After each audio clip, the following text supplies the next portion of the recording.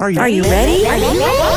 Let's go! Don't you sometimes just want to talk about everything? You know, there's days when you can just talk about anything. Need to sit back and chat about nothing at all? Nothing But Julie, coming at you with fun and creative topics and interviews. Did you hear Julie's podcast? She's got the greatest topic. Come join the chat about everything, anything, and nothing. So unwind and tune in to Nothing But Julie. Great topics and cool interviews with some pretty awesome people.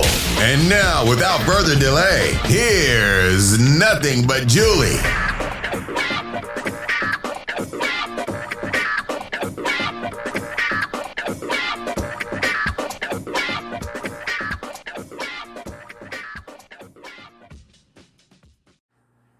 Well, hello, everybody. It is Julie from the Nothing But Julie podcast. It has been a minute, and I apologize. It's been more than a minute, and I have been busy with work, with life, and the world, and the craziness in the world, and well, I'm back. I'm hoping that I'm back for a nice long period of time. I am making time within my life to be a more functional podcasting host. So welcome back. I would like to discuss something that is very common and very prevalent in not only society, but in the world, and mostly prevalent in teenagers. And that is anxiety in high school students, kids of high school age. It is something that continues and will continue until we humans are no longer on this earth. And the question remains, what is the best way to deal with said anxiety? Now, I'm going to give you a little bit of personal information. Growing up, I suffered from anxiety, but I didn't know that it was anxiety. It came in the form of OCD, which is obsessive compulsive disorder, which stems from anxiety. So let me give you a little bit of information on this anxiety. There is something in your life that triggers anxiety. The then anxiety, it becomes an umbrella. And under the umbrella are a wide variety of symptoms and other names. For example, when I was a kid, I was very fearful. Just had fear. And when it came time for bed, that's when it got worse. And in order for me to help self-medicate, but without medication, I would do certain things, like I would put my shoes in a perfect row. They would be matched by color. I had to get a certain feeling on my fingers of a particular feeling of texture. And I was a little kid. We're talking like elementary school age, and I didn't know what was wrong with me. So let's fast forward a grueling and tough few years. And I then moved to a different city, into a much bigger home. So the anxiety seemed to explode. And now I'm going through puberty, and I'm an adolescent. And I am being brought to psychiatrists I am being brought to people to test my IQ because I wasn't doing well in school. This was an entirely wrong route that my mom, bless her soul, took. She didn't know any better. She did what she thought she should do. I became very insightful into my mental health and went, yes, to the library and had to use a card catalog. We didn't really have internet then.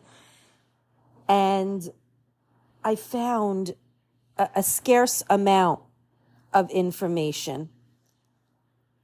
I then felt very alone and I felt stranded and I didn't know what to do. I started dating a man when I graduated high school. We had a very, very long relationship, and then at some point it ended, and the devastation increased my anxiety.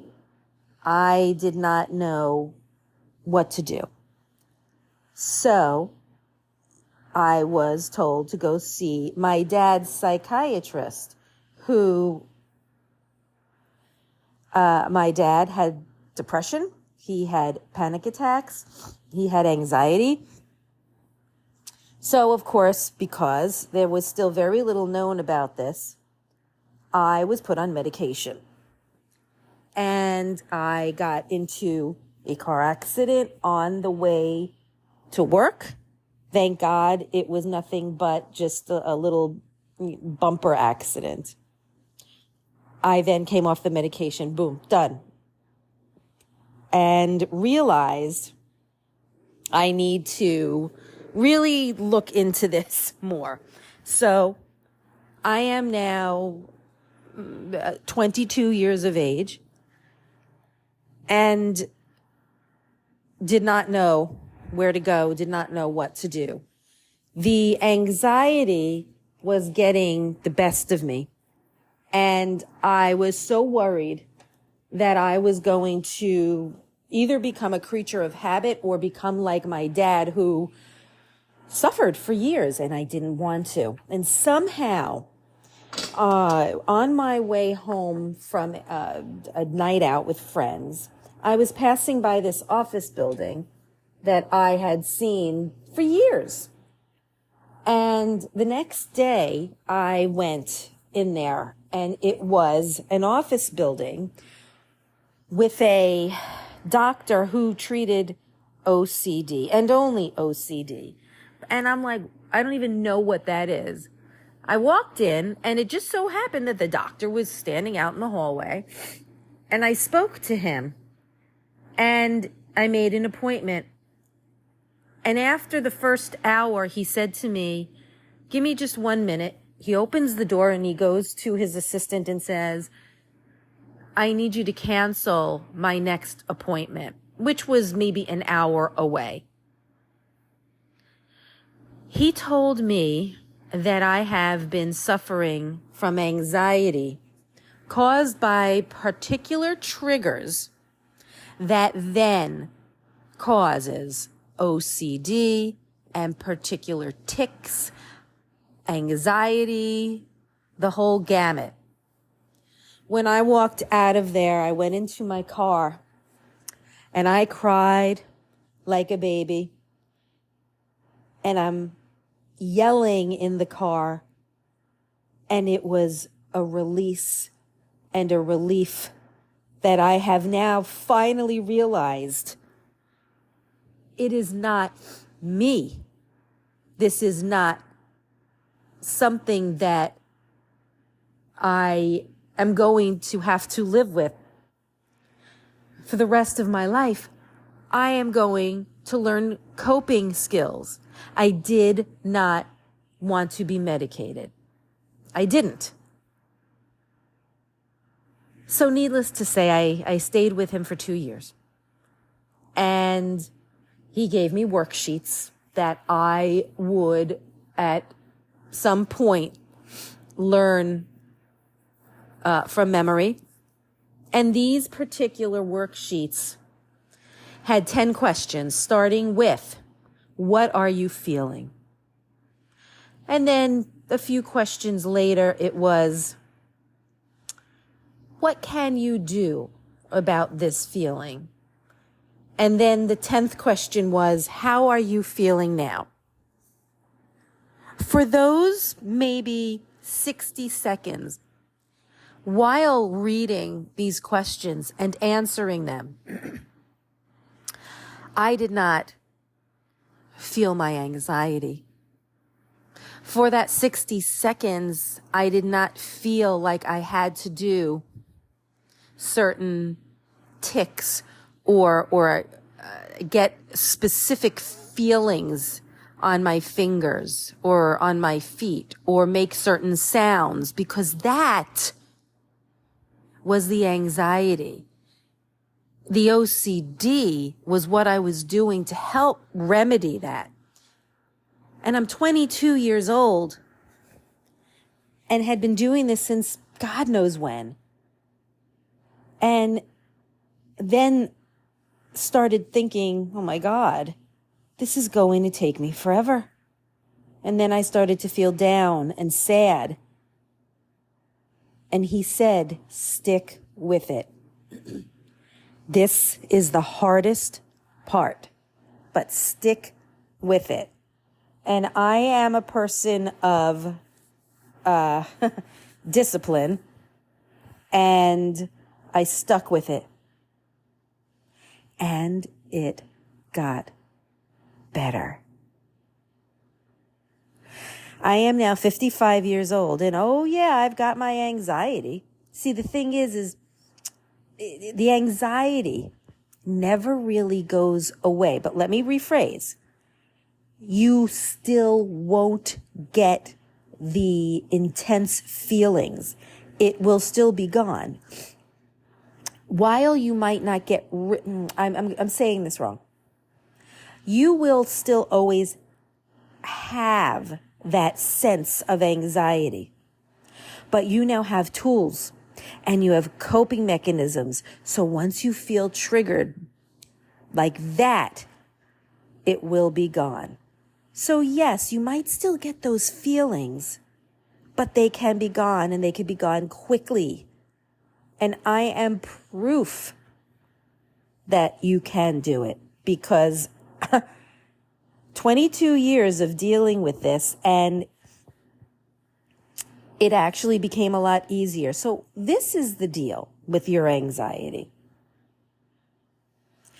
You are going to start realizing that you are doing specific coping mechanisms that you have created. For me, it was making certain noises, or it was turning my body a certain way, or having to tap my finger to feel a specific feeling on my fingers. And for everybody, it's different.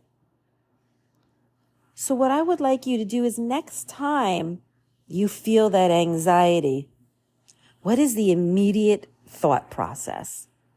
What is it that you do to help yourself? Do you leave your classroom?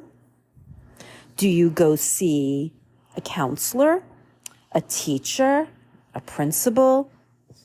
Do you make up excuses like I have a headache or I don't feel well? Do you start making noises or moving in specific ways? Do you start to feel down, lonely, sad? Do you feel like you're the only one that has this? That, my friends, is anxiety. What is triggering it? What is happening, let's say, in your classroom when all of a sudden, here it comes, that feeling? You don't always have to pinpoint it, because this is life, and things will be thrown at you from every end. And there's going to be thousands in your life of triggers. So you can't always stop the triggers. You certainly can try. You can certainly remove yourself from specific situations that cause triggers. For example, not this Olympics, but in the 2020 Olympics when Simone Biles bailed. She bailed because of her mental health. Now, can you imagine for 2016. So for 4 years practicing and preparing and getting ready for the 2020 Olympics, and you're a rock star, and you have to pull out. What an extraordinary human being she was to be able to say, well, I can do it again in 4 years, but right now I care about my mental health. And she pulled out. Just like many other athletes and celebrities, actors have done. Anxiety has become a significant discussion in the last 4 to 5 years. Younger people are coming forward. Adults are coming forward saying, I have anxiety. Whereas with my dad many years ago, it was taboo. It was something you just don't talk about, just like depression. And now it's becoming much more prevalent.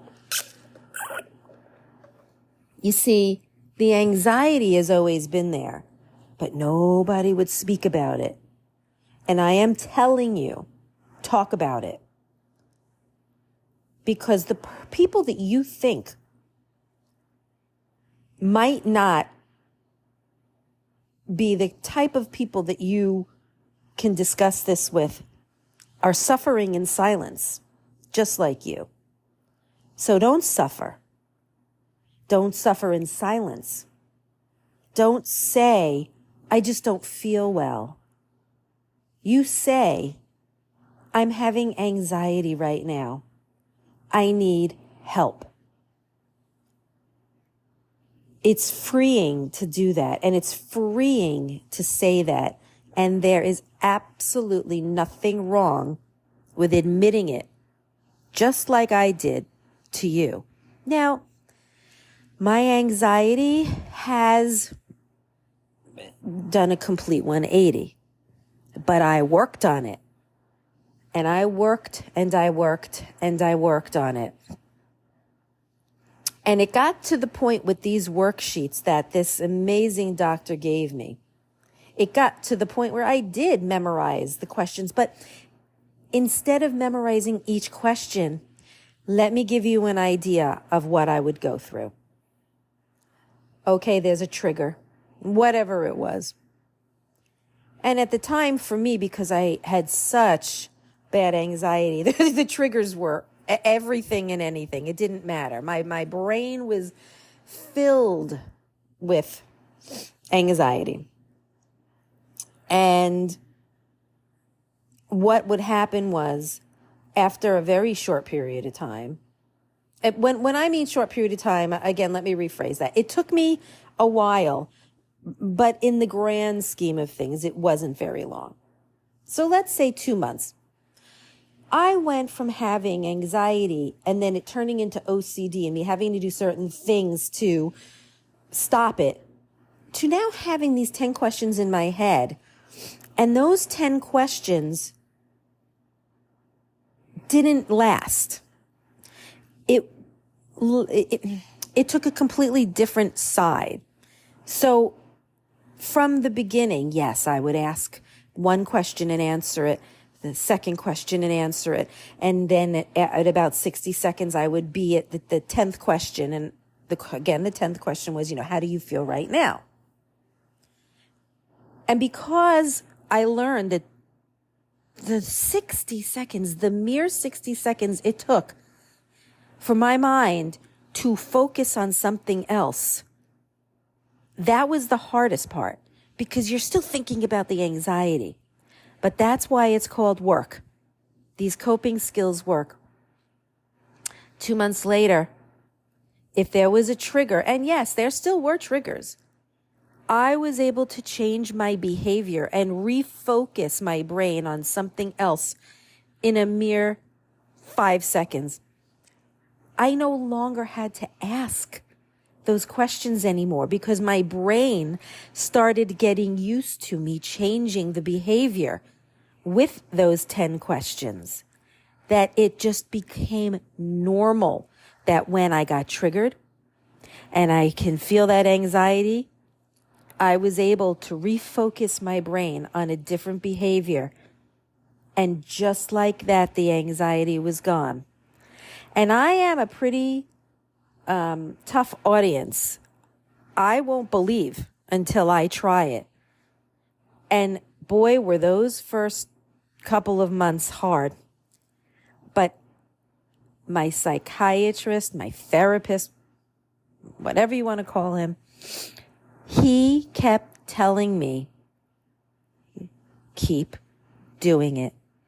He would work with me. I would work on it alone. I would work on it with my mother. And eventually, because for 22 years, my brain was so stuck on holding on to that anxiety, but shifting it into a feeling or an OCD feeling, it took a while. You're now trying to change your brain's way of thinking that your brain has been used to doing for so many years, no matter how old you are. Your brain's like, what are you doing? No, I am not supposed to be changing my behavior. I am supposed to keep thinking about this and making myself miserable and crazy and turn into some kind of OCD feeling, so on and so forth. That's why it was very tough at the beginning. But then it got a little easier. I didn't notice how much easier it got, but it did. And then it got even easier. And I remember when this happened, one day I was with friends. We were at a pumpkin patch, just something to do on the weekend. And I don't know, I couldn't remember what the trigger was. Maybe I had a fear with something. And bam, there it was, the anxiety. And I didn't even think about it. My brain apparently just saw sunflowers. And I thought, oh my God, those are so beautiful. And how do they get to be so big and blah, blah, blah. And then I realized I did think about it. Oh my God, wait a minute. I just was having a severe anxiety attack. And now I can breathe. And it worked. And there were times when I let it slide or I slipped and I went right back into my old ways, because it's amazing, your brain. It's like riding a bike, it just remembers. And there have been times throughout the last 33 years of my life where I have had to redo and refocus. And I did. And I also learned tapping. A very, very close and dear friend of mine actually does tapping for a living and has many clients and is extremely successful because it is something that she needed to do in her life. And then she became certified to do this and helped me. And I am more than happy to discuss that with anybody that has questions, not only the tapping, but what I did to help myself. For all of you that are listening to this, that do suffer from a small amount of anxiety to a large enough amount of anxiety that is affecting your life, there is hope. If you feel, or your parents feel, that maybe the coping skills are just not working or they're not enough, then you would have to discuss maybe an additional push of help. I'm not saying that you have to do that. There are some people that just don't need medication. There are some people that do. Some people need a very small amount of medication just to help get them over that hump. So I am not in any way saying go on medication. I'm not saying anything. What I'm saying is that don't think for a minute that the person next to you does not have anxiety. Don't think for a minute that you're alone. And if you don't know what's wrong, if you don't know that this is anxiety, but you are feeling a certain way or are keeping yourself away from doing certain things, or like I said earlier, leaving class, not doing certain things in your life, you need to speak with someone. You need to trust the people at your school. You need to trust your parents to help you. You need to trust yourself to find someone to discuss what's going on, because there is light at the end of the tunnel. I promise you. I promise you that you're not alone, and I promise you that you will get better.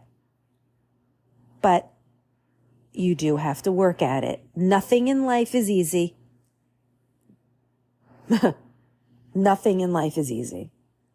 But I do promise you that you can and you will get better. We are in the year 2024. We are nearing the end. And let me tell you that we have come such a long way with mental health. My dad now has dementia.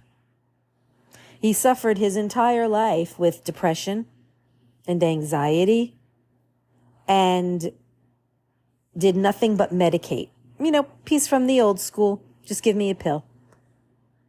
And that medication for him might have sped up dementia. We don't know. And now the anxiety that he suffers because he's just not 100% there is very difficult to see. He's fearful all the time, and he's scared, and he doesn't know what's going on. All he knows is that he can't remember things. And it's a very scary thing to watch your dad, your parent, do a complete 180 and become a shell of the person he was. And I wish that when he was younger and I learned how to cope, that he too followed in my footsteps, because it might have helped. I'm not saying in any way that taking medication or having anxiety means you're going to get dementia. No. But it sure would have made him a bit happier.